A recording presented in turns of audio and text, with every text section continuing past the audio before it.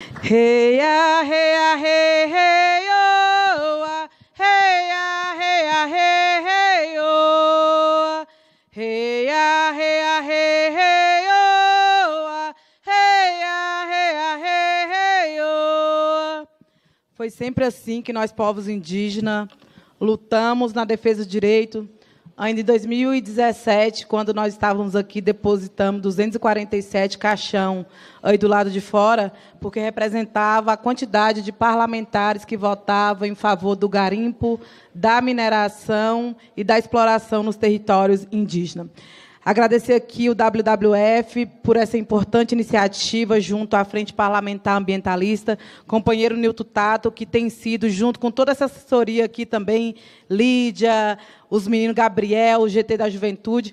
Eu acredito que é uma das frentes que tem a maioria do GT e que traz o GT a incorporação de todas as questões sociais, que é muito cara para a gente, porque nós sabemos que na sociedade tem discutido vários temas, mas a questão ambiental, eu tenho dito, inclusive, companheiro Nilson Tato, que ela tem que ultrapassar dentro dessa casa uma questão progressista. Ela tem que ser reconhecida como uma questão humanitária.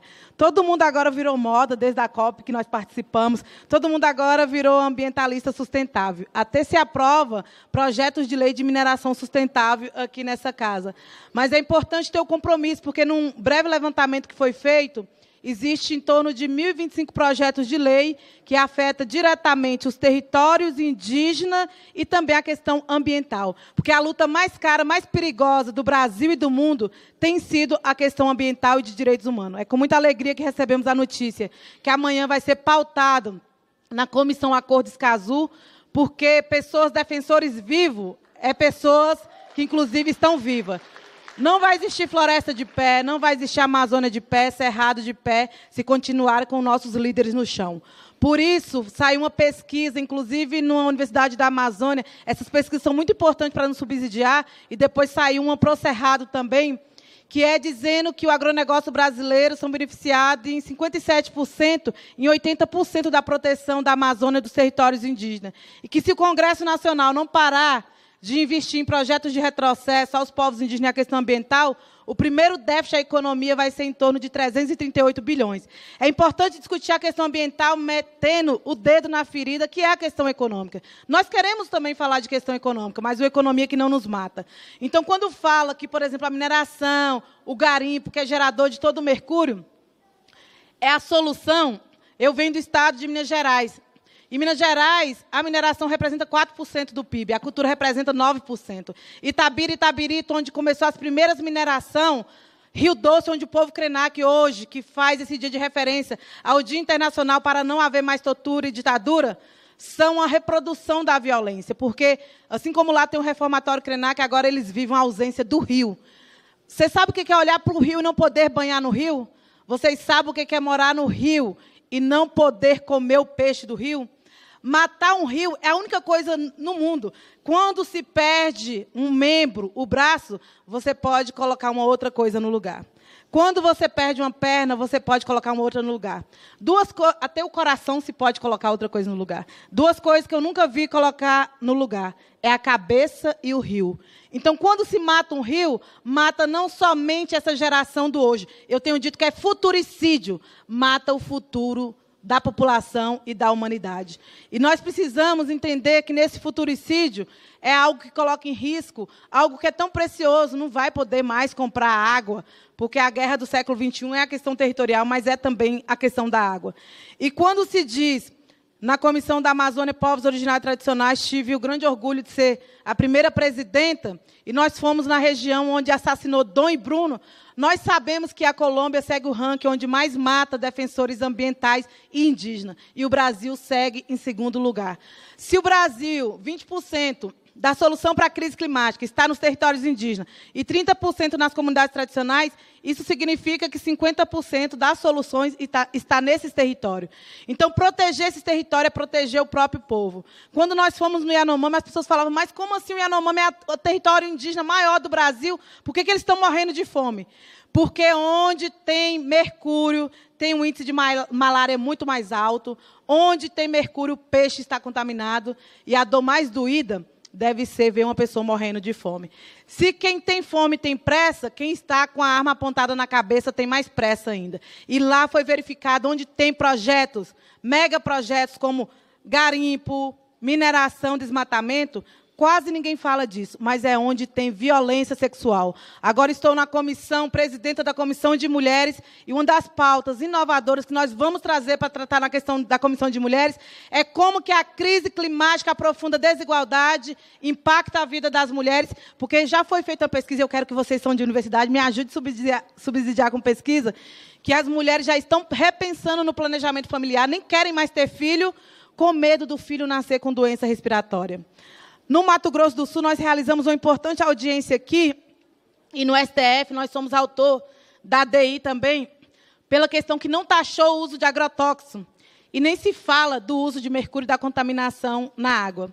E já existe uma pesquisa que as mulheres estão com útero adoecido. A Alessandra Munduruku faz essa denúncia, as mulheres Caiapó fazem essa denúncia, e por isso vocês sabiam que a mineração, a Vale Nilton Tato, não sentindo contente que assassinou o Rio Doce, o Rio Paraupeba, já em pouco tempo que levou lá para os Carajá, no Pará, já foi responsável por adoecer 100% das crianças Xicrim.